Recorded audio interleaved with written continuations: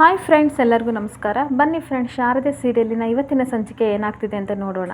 ಅದಕ್ಕೂ ಮುಂಚೆ ಯಾರೆಲ್ಲ ನನ್ನ ವಿಡಿಯೋ ನೋಡ್ತಾ ಇದ್ದೀರಾ ಅವರೆಲ್ಲ ಪುಟ್ಟದೊಂದು ಲೈಕ್ ಮಾಡಿ, ಹಾಗೆ ಸಬ್ಸ್ಕ್ರೈಬ್ ಮಾಡೋದನ್ನ ಮರಿಬೇಡಿ. ಬನ್ನಿ ಫ್ರೆಂಡ್ಸ್, ಸ್ಟಾರ್ಟ್ ಮಾಡೋಣ. ಮೊದಲಿಗೆ ಫ್ರೆಂಡ್ಸ್, ಕಿಚನ್ನಲ್ಲಿ ಶಾರದಾ ಕೆಲಸ ಮಾಡ್ತಾ ಇರ್ತಾಳೆ. ಅಲ್ಲಿಗೆ ದೀಪು ಪುಟ್ಟ ಬಂದುಬಿಟ್ಟು ಸ್ಟೆಥೋಸ್ಕೋಪ್ನ ಇಟ್ಕೊಂಡು ಚೆಕ್ ಮಾಡ್ಕೋತಾ ಇರ್ತಾಳೆ.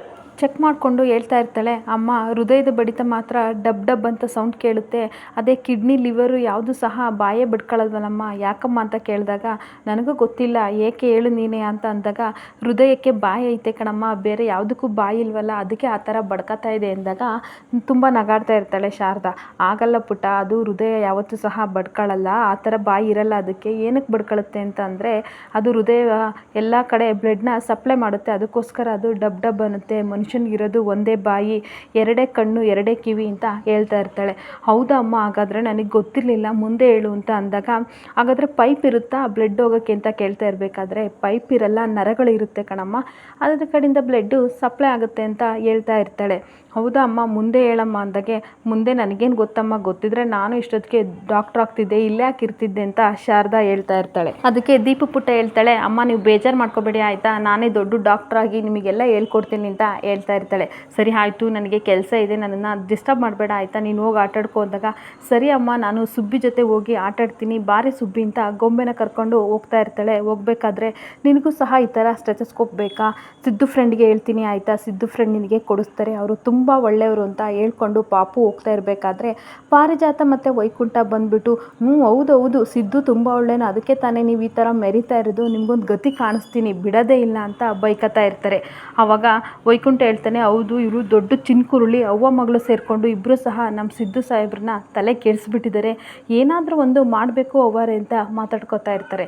ಆವಾಗ ಪಾರಿಜಾತ ಹೇಳ್ತಾಳೆ, ಹೌದು ನಮ್ಮ ಗೋಲ್ಡಿ ಮದುವೆ ಆದಮೇಲೆ ಇವಳು ಇಲ್ಲಿರಬಾರ್ದು, ಇದ್ದರೆ ತುಂಬ ತೊಂದರೆ ಆಗುತ್ತೆ, ಏನಾದರೂ ಒಂದು ಗತಿ ಕಾಣಿಸ್ಲೇಬೇಕು ಅಂತ ಮಾತಾಡ್ಕೋತಿರ್ಬೇಕಾದ್ರೆ ಆ ಕಡೆಯಿಂದ ಸುಮಿತ್ರಾ ಶಾರದಾ ಅಂತ ಕೂಗ್ತಾ ಇರ್ತಾಳೆ. ಅಷ್ಟೊತ್ತಿಗೆ ದೀಪು ಪುಟ್ಟ ಓಡ್ ಬಂದು ಅಮ್ಮಮ್ಮ ಅಂತ ಹಗ್ ಮಾಡ್ಕೋತಾಳೆ. ಏ ಪುಟ್ಟ ಇಲ್ಲೇ ಇದೆಯಾ, ಬಾ ಟೆಂಪಲ್ಗೆ ಹೋಗೋಣ ಅಂತ ಹೇಳ್ತಾ ಇರ್ತಾಳೆ. ಆವಾಗ ಶಾರದಾ, ಇಲ್ಲ ಅಮ್ಮ ಹೋಗಿ ಬನ್ನಿ, ಮನೇಲಿ ಬೇರೆ ಯಾರೂ ಇಲ್ಲ ಅಂತ ಹೇಳ್ತಾ ಇರ್ತಾರೆ. ಸರಿ ಆಯಿತು, ಹಾಗಾದರೆ ನಾನು ಮತ್ತೆ ವಿಮಲ ಇಬ್ಬರು ಟೆಂಪಲ್ಗೆ ಹೋಗಿ ಬರ್ತೀವಿ, ಸರಿ ನಿನ್ನ ಮನೆ ಕಡೆ ಹುಷಾರು, ಮನೇಲಿ ಬೇರೆ ಅಪ್ಪ ವಾಕ್ ಹೋಗಿದ್ದಾರೆ, ಜ್ಯೋತಿಕಾ ಸಿದ್ದು ಅಣ್ಣ ಎಲ್ಲ ಸಹ ಆಫೀಸಿಂದ ಇನ್ನೂ ಬಂದಿಲ್ಲ, ಪರವಾಗಿಲ್ಲ ನಾವು ಹೋಗಿ ಬರ್ತೀವಿ, ನೀನು ಹುಷಾರಮ್ಮ ಅಂತ ವಿಮಲ ಹೇಳ್ತಾ ಇರ್ತಾಳೆ. ಸರಿ ಆಯಿತು ಹೋಗಿ ಬನ್ನಿ, ಹುಷಾರು, ಆದಷ್ಟು ಬೇಗ ಬನ್ನಿ ಅಂತ ಹೇಳ್ತಾ ಇರ್ತಾರೆ. ಅಷ್ಟೊತ್ತಿಗೆ ಅಮ್ಮಮ್ಮ ನಾನು ಬರ್ತೀನಿ ಅಂತ ದೀಪು ಪುಟ್ಟ ಕೇಳಬೇಕಾದ್ರೆ ಶಾರದಾ ಹೇಳ್ತಾಳೆ, ಬೇಡ ನೀನು ಹೋಗಬೇಡ ಆಯಿತಾ, ನಿನ್ನನ್ನೇ ನೋಡ್ಕೋಬೇಕಾಗುತ್ತೆ, ಬೇಡ ಹೋಗಬೇಡ ಅಂತ ಅಲ್ಲೇ ಉಳಿಸ್ಕೋತಾಳೆ. ಅದಕ್ಕೆ ಸುಮಿತ್ರಾ ಹೇಳ್ತಾಳೆ, ಬೇಜಾರು ಮಾಡ್ಕೋಬೇಡ ಪುಟ್ಟ ಆಯಿತಾ, ನಾಳೆ ನಿನ್ನನ್ನು ನಾನು ಟೆಂಪಲ್ಗೆ ಕರ್ಕೊಂಡು ಹೋಗ್ತೀನಿ ಅಂತ ಹೇಳ್ತಾಳೆ. ಸರಿ ಆಯಿತು, ನಾನು ಆಟಾಡ್ಕೊಳಕ್ಕೆ ಹೋಗ್ತೀನಿ ಅಮ್ಮಮ್ಮ ಅಂತ ದೀಪು ಪುಟ್ಟ ಬಾಯ್ ಮಾಡಿ ಹೋಗ್ತಾಳೆ.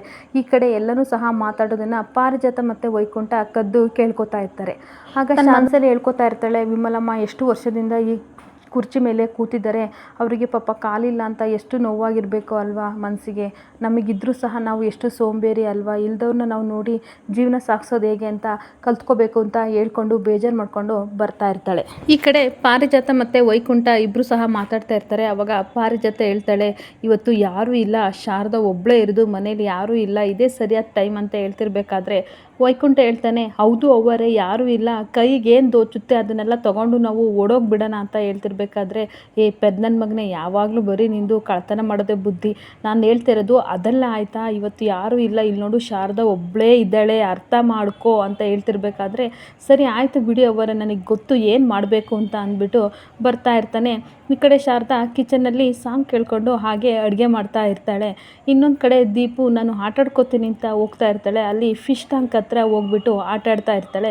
ಅಲ್ಲಿರೋ ಒಂದು ವಾಸ್ನ ಕೆಳಗಡೆ ಇಟ್ಬಿಟ್ಟು ಫಿಶ್ ಹತ್ರ ಹೋಗ್ಬಿಟ್ಟು, ಏ ಚಿನ್ನಿ ಏನು ಒಬ್ಬಳೇ ಆಟಾಡ್ತಾ ಇದೆಯಾ, ನಿನಗೂ ಬೋರ್ ಆಗ್ತಿದೆಯಾ, ನೀನು ಸ್ಕೂಲಿಗೆ ಹೋಗ್ಬೇಕಾ ನಂತರ, ಸರಿ ಆಯಿತು ನಿನ್ನೂ ಸಹ ನಾನು ಸ್ಕೂಲಿಗೆ ಸೇರಿಸ್ತೀನಿ, ಆದರೆ ಮೊದಲು ನೀನು ಹೊರಗಡೆ ಬರೋದನ್ನು ಕಲ್ತ್ಕೊ, ನಡೆದಾಡೋದನ್ನು ಕಲ್ತ್ಕೊ, ಆಗ ನಾನು ಸಿದ್ದು ಫ್ರೆಂಡಿಗೆ ಹೇಳಿ ನಿನ್ನೂ ಸಹ ಸ್ಕೂಲಿಗೆ ಸೇರಿಸ್ತೀನಿ, ಅಲ್ಲಿ ಎಕ್ಸಾಮ್ ಎಲ್ಲ ಬರಿಬೇಕು ಆಯಿತಾ, ನೀನು ಆ ಥರ ಬರೀತೀಯ, ಆಮೇಲೆ ಹೊರಗಡೆ ಎಲ್ಲ ಅಮ್ಮನ ಜೊತೆ ಕೂರಬೇಕು, ಆಗ ಪಾಸ್ ಆದಮೇಲೆ ಮಾತ್ರ ಒಳಗಡೆ ಕರೆಯೋದು ಅಂತ ಅಂತ ಮೀನಿನ ಜೊತೆ ದೀಪು ಪುಟ್ಟ ಆಟ ಆಡ್ತಾ ಇರ್ತಾಳೆ.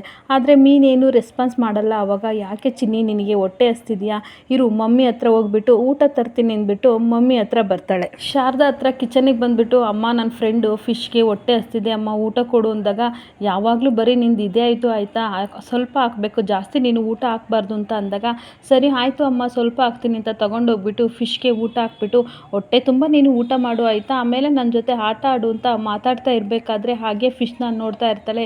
ಈ ಕಡೆ ವೈಕುಂಠ ಬಂದುಬಿಟ್ಟು ಏನು ಮಾಡ್ತಿದ್ದೀಯಾ, ಆಟ ಆಡ್ತಿದ್ಯಾ ಅಂದಾಗ, ಹ್ಞೂ ಆಟ ಆಡ್ತಿದ್ದೀನಿ ಅಂಕಲ್ ಅಂತ ಹೇಳ್ತಾ ಇರ್ತಾಳೆ. ಆವಾಗ ವೈಕುಂಠ ಹೇಳ್ತಾನೆ, ಹ್ಞೂ ಆಟಾಡು ಈಗಿದೆ ನೋಡು ನಾನು ನಿನ್ನನ್ನು ಹೆಂಗೆ ಆಟ ಆಡಿಸ್ತೀನಿ ಅಂತ ಅಂದ್ಬಿಟ್ಟು ಕೆಳಗಡೆ ಇರೋ ವಾಸ್ನ ಮೇಲಿಡು ಅಂತ ಹೇಳ್ಬಿಟ್ಟು, ಆಗ ದೀಪು ಕೆಳಗಡೆ ಬಗ್ಗಿದಾಗ ಫಿಶ್ ಟ್ಯಾಂಕ್ನ ಕೈಯಿಂದ ದೂಕ್ಬಿಡ್ತಾನೆ. ಆಗ ಫಿಶ್ ಟ್ಯಾಂಕು ಕೆಳಗಡೆ ಬಿದ್ದುಬಿಡುತ್ತೆ. ಆವಾಗ ಏನು ಮಾಡ್ತಾಯಿದ್ದೀಯ ನೀನು, ಗೊತ್ತಾಗಲ್ವ ನಿನಗೆ, ಇದೇನಾ ನಿಮ್ಮಮ್ಮ ಬುದ್ಧಿ ಕಲಿಸಿರೋದು ಅಂದ್ಬಿಟ್ಟು ಹೊಡೆದ್ಬಿಡ್ತಾನೆ. ಅಷ್ಟೊತ್ತಿಗೆ ಪಾರಿಜಾತನೂ ಬಂದುಬಿಟ್ಟು ಬೈತಾ ಇರ್ತಾಳೆ, ನಿಮ್ಮಮ್ಮ ಸ್ವಲ್ಪನೂ ಸಹ ಒಳ್ಳೆ ಬುದ್ಧಿ ಕಲಿಸಿಲ್ಲ, ಇದು ನನ್ನ ಗೋಲ್ಡಿಗೆ ಸಿದ್ದು ಕೊಟ್ಟಿರೋ ಗಿಫ್ಟು, ಎಷ್ಟು ಇಷ್ಟ ಅಂತ ನಿನಗೆ ಗೊತ್ತಾ, ಇದನ್ನು ಹೊಡೆದಾಕ್ತಲ್ಲ ನನ್ನ ಗೋಲ್ಡಿ ತುಂಬ ಬೇಜಾರು ಮಾಡ್ಕೋತಾಳೆ ಅಂತ ಬೈತಾ ಇರ್ತಾಳೆ.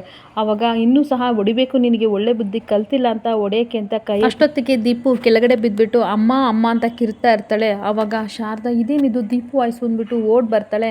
ಮತ್ತೆ ಪುನಃ ಹೊಡೆಯೋಕ್ಕೆ ವೈಕುಂಠ ಹೋಗ್ತಾ ಇರ್ತಾನೆ. ಆವಾಗ ಶಾರದಾ ಓಡ್ ಬಂದು ಕೈನ ಹಿಡ್ಕೊಬಿಟ್ಟು ಅವ್ನ ಕೆನ್ನೆಗೆ 2 ಓದೆ ಕೊಟ್ಬಿಡ್ತಾಳೆ. ಆವಾಗ ನನ್ನ ಮಗಳನ್ನ ನೋಡಿಯೋಕ್ಕೆ ನೀನು ಯಾರು ನನ್ನ ಮಗಳನ್ನ ನೋಡಿಯೋಕ್ಕೆ, ಇನ್ನೊಂದು ಸಲ ಕೈ ಎತ್ತಿದ್ರೆ ಕೈನೇ ಮುರಿದು ಬಿಡ್ತೀನಿ, ನೀನೇ ಅಲ್ಲ ಯಾರಾದರೂ ಸರಿ ನನ್ನ ಮಗಳ ವಿಷಯಕ್ಕೆ ಬಂದರೆ ನಾನು ಸುಮ್ಮನೆ ಬಿಡಲ್ಲ ಅಂದಾಗ, ಪಾರಿಜಾತ ಸಿಟ್ಟು ಮಾಡಿಕೊಂಡು ಏನೇ ಮಾಡ್ತೀಯ ನೀನು, ನಮ್ಮ ಮನೆಗೆ ಬಂದು ನಮ್ಮನಲ್ಲೇ ಈ ಥರ ಅಂತಿದೀಯಾ, ನಿನ್ನಿಂದಲೇ ಕಣೆ ಮನೆಯೆಲ್ಲ ಹಾಳಾಗಿದ್ದು, ಇವಾಗ ನೋಡು ನಾನು ಗೋಲ್ಡಿ ಇಷ್ಟಪಟ್ಟು ಅಂತ ಸಿದ್ದು ಫಿಶ್ ಟ್ಯಾಂಕ್ ಕೊಡಿಸಿದ್ದು ಅದನ್ನು ಸಹ ನಿನ್ನ ಮಗಳು ಹಾಳು ಮಾಡಿದ್ಲು ಅನ್ಬೇಕಾದ್ರೆ ಇದೊಂದು ನೆಪ ಅಷ್ಟೇ, ನೀವು ನನ್ನ ಮಗಳಿಗೆ ಹೊಡಿಬೇಕಿತ್ತು ಅದಕ್ಕೋಸ್ಕರ ಈ ಥರ ಮಾಡ್ತಾ ಇದ್ದೀರಾ, ನಿಮಗೆ ನನ್ನ ಮೇಲೆ ಕೋಪ ಇದೆ ಅಂತ ಗೊತ್ತು, ಅದನ್ನು ನನ್ನ ಮೇಲೆ ತೀರ್ಸ್ಕೊಳಕ್ಕಾಗ್ದಲೇ ನನ್ನ ಮಗಳ ಮೇಲೆ ಈ ಥರ ಮಾಡ್ತಾ ಇದ್ದೀರಾ, ಯಾರಾದರೂ ಕೈ ಎತ್ತಿದ್ರೆ ನಾನು ಸುಮ್ಮನೆ ಬಿಡಲ್ಲ ಅಂತ ಶಾರದಾ ಹೇಳ್ತಿರ್ಬೇಕಾದ್ರೆ ಪಾರಿಜಾತ ಹೇಳ್ತಾಳೆ, ಏನೇ ಮಾಡ್ತೀಯ ನೀನು, ಈ ಮನೆಗೆ ದೊಡ್ಡೋಳು ನಾನು ಹಿರಿಯೋಳು ಆಯಿತಾ, ನನ್ನ ಮಾತೇ ನಡೆಯೋದು, ಮನೆ ಬಿಟ್ಟು ತೊಲಗೆ ನೀನು ಇಲ್ಲಿರಬೇಡ ಅಂತ ಬೈತಾ ಇರ್ತಾಳೆ.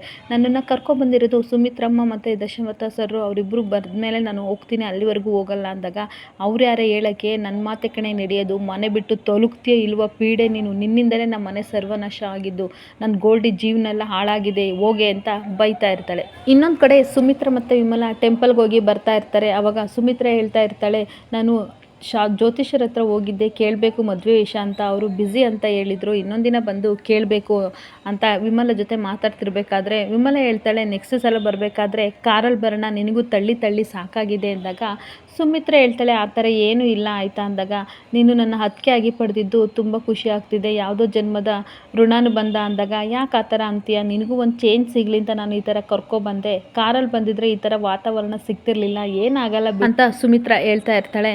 ಆವಾಗ ವಿಮಲನು ಸಹ ಹೌದು ಅಂತ ಹೇಳ್ತಾ ಇರ್ತಾಳೆ. ಹಾಗೆ ಇಬ್ಬರು ನಗಾಡ್ತಾ ನಾವಿಬ್ಬರು ಇನ್ಮೇಲೆ ಬೀಗರು ಅಲ್ವಾ ಅಂತ ಹೇಳ್ತಾ ಇರ್ತಾರೆ. ಅಷ್ಟೊತ್ತಿಗೆ ವಿಮಲೆ ಹೇಳ್ತಾಳೆ, ಯಾವುದೇ ಸಹ ಅಡ್ಡಿ ಆತಂಕ ಆಗದಲೇ ಸಿದ್ದು ಮತ್ತು ಜ್ಯೋತಿಕಾ ಮದುವೆ ಆದರೆ ಅಷ್ಟೇ ಸಾಕು ಅಂದಾಗ, ಆಗುತ್ತೆ ಬಿಡು ಟೆನ್ಷನ್ ತೊಗೋಬೇಡ ಅಂತ ಸುಮಿತ್ರ ಹೇಳ್ತಾ ಇರ್ತಾಳೆ. ಹಾಗೆ ಬರ್ತಾ ಸುಮಿತ್ರ ಹೇಳು ಬಿಡ್ತಾಳೆ. ಆವಾಗ ಏನಾಯಿತು ಅಂತ ವಿಮಲಾ ಕೇಳ್ತಿರ್ಬೇಕಾದ್ರೆ, ಯಾಕೋ ಗೊತ್ತಿಲ್ಲ ವಿಮಲಾ, ನನಗೆ ತುಂಬ ಆತಂಕ ಆಗ್ತಿದೆ, ಹಾಗೆ ಸಂಕಟ ಆಗ್ತಿದೆ, ನನ್ನವ್ರಿಗೇನೋ ತೊಂದರೆ ಆಗ್ತಿದೆ ಏನೋ ಫೀಲ್ ಆಗ್ತಿದೆ ಅಂದಾಗ, ಯಾಕೆ ಅಂತೀಯ ಸುಮಿತ್ರ, ನೀನು ಟೆಂಪಲ್ಗೆ ಹೋಗಿ ಬಂದಿದ್ಯಾ, ಏನೂ ಆಗಲ್ಲ, ಎಲ್ಲರಿಗೂ ಒಳ್ಳೇದಾಗುತ್ತೆ, ಸ್ವಲ್ಪ ದೂರ ಅಲ್ವಾ ಮನೆ ಇರೋದು, ಕುತ್ಕೋತೀಯ ಅಂದಾಗ, ಇಲ್ಲ ಅಂತ ಹೇಳ್ತಾಳೆ. ಆವಾಗ ಸರಿ ಆಯಿತು ಹೋಗೋಣ ಬಾ ಅಂತ ಇಬ್ಬರು ಈ ಕಡೆಯಿಂದ ಬರ್ತಾ ಇರ್ತಾರೆ. ಇನ್ನೊಂದು ಕಡೆ ಪಾರಿಜಾತ ಸಿಕ್ಕಾಬಟ್ಟೆ ಬೈದ್ಬಿಟ್ಟು ಸೆಕ್ಯೂರಿಟಿನ ಕರೆದ್ಬಿಟ್ಟು ಮನೆಯಿಂದ ಹೊರಗಡೆ ಹಾಕು ಇವ್ರನ್ನ ಅಂತ ಹೇಳ್ತಾ ಇರ್ತಾಳೆ. ಆದರೆ ಸೆಕ್ಯೂರಿಟಿಯವರು ತಲೆ ಬಗ್ಸಿ ಹಾಗೆ ಶಾರದಾ ನೋಡಿ ನಿಂತ್ಕೋತಾರೆ. ಆವಾಗ ನೀವು ಸಹ ಇವಳ ಮಾತಿಗೆ ಬೆಲೆ ಕೊಡ್ತೀರಾ ಅಂದ್ಬಿಟ್ಟು, ಬಾರೆ ಅಂತ ಹೇಳ್ಕೊಂಡೋಗಿ ಸಿಕ್ಕಾಬಟ್ಟೆ ಜೋರಾಗೆ ಹೇಳ್ಕೊಂಡೋಗ್ಬಿಟ್ಟು ಹೊರಗಡೆ ಹಾಕೋಕ್ಕೆ ಅಂತ ಹೋಗ್ತಾ ಇರ್ತಾಳೆ, ದೂಡ್ತಾ ಇರ್ತಾಳೆ. ಅಷ್ಟೊತ್ತಿಗೆ ಮುರಳಿ ಸಹ ಸ್ಟೆಪ್ಪಿಂದ ಬರಬೇಕಾದ್ರೆ ನೋಡ್ತಾನೆ, ಆದರೂ ಸಹ ಅವನು ಸಹ ಏನೂ ರೆಸ್ಪಾನ್ಸ್ ಮಾಡಲ್ಲ. ಆದಷ್ಟು ಬೇಗ ಇವಳು ತೊಲಗಿದ್ರೆ ಒಳ್ಳೆಯದು, ಈ ಮಾರಿನ ಮನೆಯೊಳಗೆ ಕೂತ್ಕೊಂಡಿದ್ರೆ ನಮಗೆ ತೊಂದರೆ, ನನ್ನ ವಿಷಯ ಇವಳಿಗೆ ಮಾತ್ರ ಗೊತ್ತು, ಇನ್ಯಾರಿಗೂ ಗೊತ್ತಿಲ್ಲ, ಇವಳಿದ್ರೆ ನನಗೆ ತೊಂದರೆ ಆಗುತ್ತೆ, ಹೋಗ್ತಾಳೆ ಬಿಡು ಅಂದ್ಬಿಟ್ಟು ಹಾಗೆ ಸುಮ್ಮನಾಗ್ತಾನೆ. ಇನ್ನೊಂದು ಕಡೆ ಪಾರಿಜಾತ ಎಳ್ಕೊಬಂದ್ಬಿಟ್ಟು ಗೇಟಿಂದ ಹೊರಗಡೆ ದೂಕ್ ಬಿಡ್ತಾನೆ, ಇನ್ಯಾವತ್ತೂ ಸಹ ಈ ಮನೆ ಕಡೆ ತೊಲಗಬೇಡಿ, ಇವಳು ಸಾಮಾನೆಲ್ಲ ತಂದು ಎಸ್ಯೋ ವೈಕುಂಠ ಅಂತ ಅಂದಾಗ ಸಾಮಾನೆಲ್ಲ ತಂದುಬಿಟ್ಟು ವೈಕುಂಠ ಶಾರದಾ ಮುಖದ ಮೇಲೆ ಎಸಿತಾನೆ, ಹಾಗೂ ದೀಪನು ಸಹ ತಳ್ಳಿಬಿಡ್ತಾನೆ. ಆವಾಗ ಇಬ್ಬರು ಸಹ ಬಿದ್ದುಬಿಡ್ತಾರೆ. ಹಾಕೋ ಗೇಟ ಇವಳು ಹೊರಗಡೆ ಬಿದ್ದಿರಲಿ, ಎಲ್ಲರ ಹಾಳಾಗಿ ಹೋಗ್ಲಿ ಅಂದ್ಬಿಟ್ಟು ಗೇಟ್ ಹಾಕ್ಕೊಂಡು ಪಾರಿಜಾತ ಒಳಗಡೆ ಹೋಗ್ತಾಳೆ. ಇನ್ನೊಂದು ಕಡೆ ಸುಮಿತ್ರ ಮತ್ತು ವಿಮಲ ಇಬ್ಬರು ಸಹ ಟೆಂಪಲಿಂದ ಅದೇ ರೋಡಿಗೆ ಬರ್ತಾ ಇರ್ತಾರೆ. ಈ ಕಡೆ ಅಳ್ತಾ ದೀಪು ಮತ್ತು ಶಾರದಾ ಅಳ್ತಾ ಹೋಗ್ತಾ ಇರ್ತಾರೆ. ಆವಾಗ ದೀಪು ಕೇಳ್ತಾಳೆ, ಅಮ್ಮ ಯಾಕಮ್ಮ ನನ್ನ ಪಾರಿಜಾತ ಅಜ್ಜಿ ಹೊರಗಡೆ ಹಾಕಿದ್ರು ಅಂದಾಗ, ಏನಿಲ್ಲ ಬಾ ಪುಟ್ಟ, ಎಷ್ಟು ದಿನ ಅಂತ ಇವ್ರ ಮೇಲೆ ಇರೋದು, ನಮಗೂ ನಮ್ಮದೇ ಆದ ಮನೆ ಇರುತ್ತೆ, ಹೋಗೋಣ ಬಾ ಅಂತ ಕರ್ಕೊಂಡು ಹೋಗ್ತಾ ಇರ್ತಾಳೆ. ಎಳ್ಕೊಂಡು ಹೋಗ್ತಾ ಇರ್ತಾಳೆ. ಬೇಗ ಬಾ, ಇಲ್ಲಾಂದರೆ ಸುಮಿತ್ರಮ್ಮ ಬಂದುಬಿಡ್ತಾರೆ ಅಂದಾಗ ದೀಪು ಅಳ್ತಾ ಇರ್ತಾಳೆ, ಅಮ್ಮ ನನಗಾಗಲ್ಲ, ಕಾಲು ತುಂಬ ನೋವಾಗ್ತಿದೆ ಅಮ್ಮ, ಏನೋ ಚುಚ್ಚುತ್ತು ಅಂತ ನೋಡಿದಾಗ ಗ್ಲಾಸು ಅವಳು ಕಾಲಿಗೆ ಉಕ್ಕಿರುತ್ತೆ. ತುಂಬ ಕಣ್ಣೀರಾಗ್ತಾ ಇರ್ತಾಳೆ, ಅಳ್ತಾ ಇರ್ತಾಳೆ. ಅವಾಗ ಸಾರಿ ಪುಟ್ಟ ಅಂದ್ಬಿಟ್ಟು ಅದನ್ನೆಲ್ಲ ತೆಗೆದ್ಬಿಟ್ಟು, ಬಾ ಪುಟ್ಟ ನಾನೇ ಎತ್ಕೋತೀನಿ ಅಂತ ಎತ್ಕೊಂಡು ದೀಪನ್ನ ಬರ್ತಾ ಇರ್ತಾಳೆ. ಅವಾಗ ಅಮ್ಮ ಸುಮಿತ್ರಜ್ಜಿ ಎಲ್ಲ ಬಂದು ಕೇಳಿದರೆ ಏನು ಹೇಳೋದು ಅಂದಾಗ, ಅವ್ರು ಬರೋಕ್ಕೂ ಮುಂಚೆ ನಾವು ಹೋಗ್ಬಿಡೋಣ ಆಯಿತಾ, ಬೇಗ ಬೇಗ ಬಾ, ಬೇಗ ಮನೆ ಬಿಟ್ಟು ಹೋಗೋಣ ಅಂತ ಫಾಸ್ಟಾಗಿ ಈ ಕಡೆಯಿಂದ ಶಾರದನೂ ಸಹ ಹೋಗ್ತಾ ಇರ್ತಾಳೆ. ಹಾಗೆ ಆ ಕಡೆ ರೋಡಿಂದ ವಿಮಲಾ ಮತ್ತು ಸುಮಿತ್ರಾ ಇಬ್ಬರೂ ಸಹ ಬರ್ತಾರೆ. ಇಲ್ಲಿಗೆ ಈ ಸಂಚಿಕೆ ಮುಕ್ತಾಯವಾಗುತ್ತಿದೆ. ಈ ವಿಡಿಯೋ ಇಷ್ಟ ಆದರೆ ಪುಟ್ಟದೊಂದು ಲೈಕ್ ಮಾಡಿ, ಹಾಗೆ ಸಬ್ಸ್ಕ್ರೈಬ್ ಮಾಡ್ಕೊಳ್ಳಿ ಫ್ರೆಂಡ್ಸ್. Thank you.